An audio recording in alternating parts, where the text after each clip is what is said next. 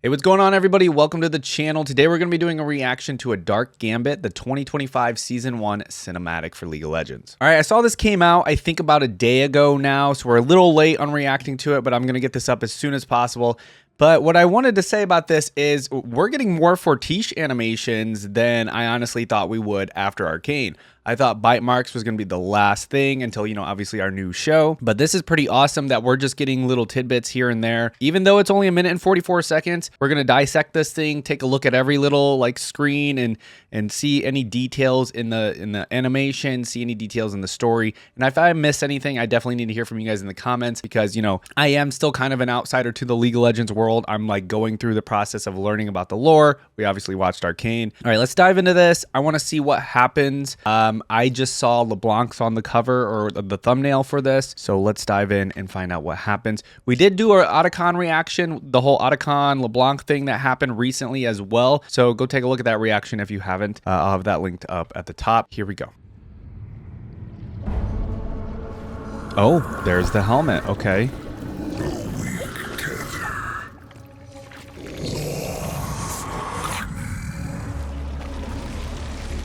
Ooh. Oh. The first lands. Ionia is but a doorway. Ionia, okay. Come claim your prize. So Aracane's saying you need to go to Ionia. Listen to your puppet, Leblanc. Besides, you have no host. And even if you did, the new Grand General would never approve another campaign Swain. in Ionia. Yeah, Swain would not want to go back to Ionia.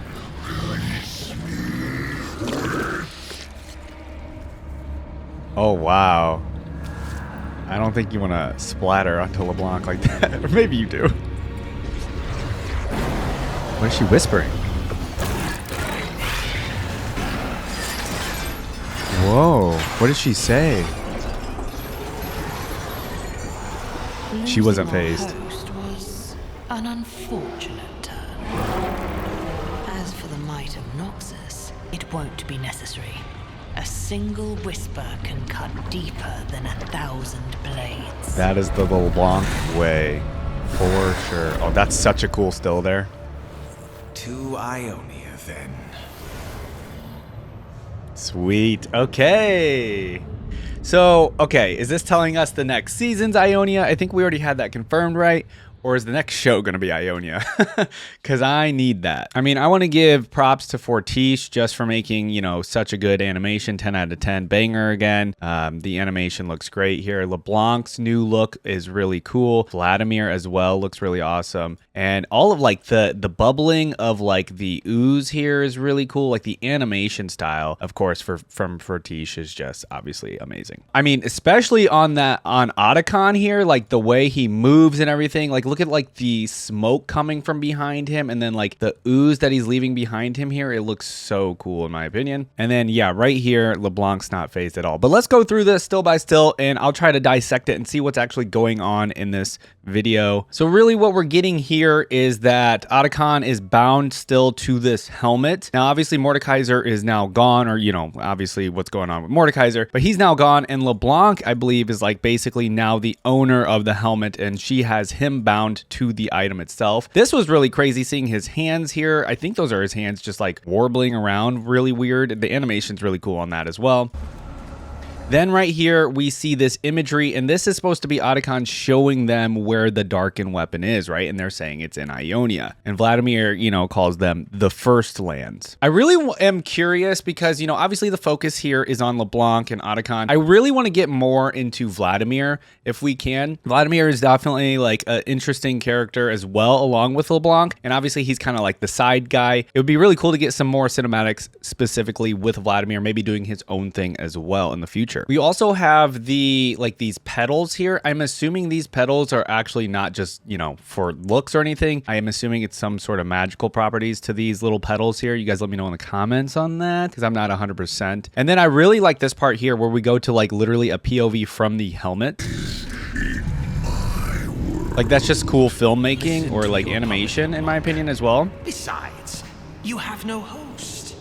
Okay, this gets me into another interesting aspect of Vladimir saying LeBlanc doesn't have a host. And what I'm assuming he's saying is that LeBlanc doesn't actually have a host for the darkened weapon, because obviously, with darkened weapons, they need to have like a host body. Obviously the Darken is the weapon, but then they also have the host. So like when we're looking at Aatrox, we're really looking at the host body, right, for Aatrox. Same thing with Kayn and all that stuff. So I think that's what Vladimir is saying, and so she doesn't currently have a host. So I don't know what their plan's going to be for a host. Maybe that'll be like kind of the story whenever we get into the next show. That'd be really interesting.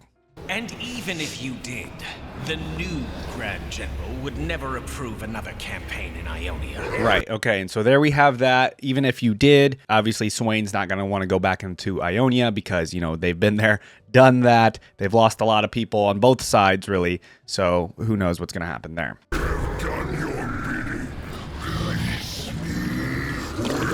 And then, yeah, per LeBlanc's terms, she said she would release him after, he gave her the information.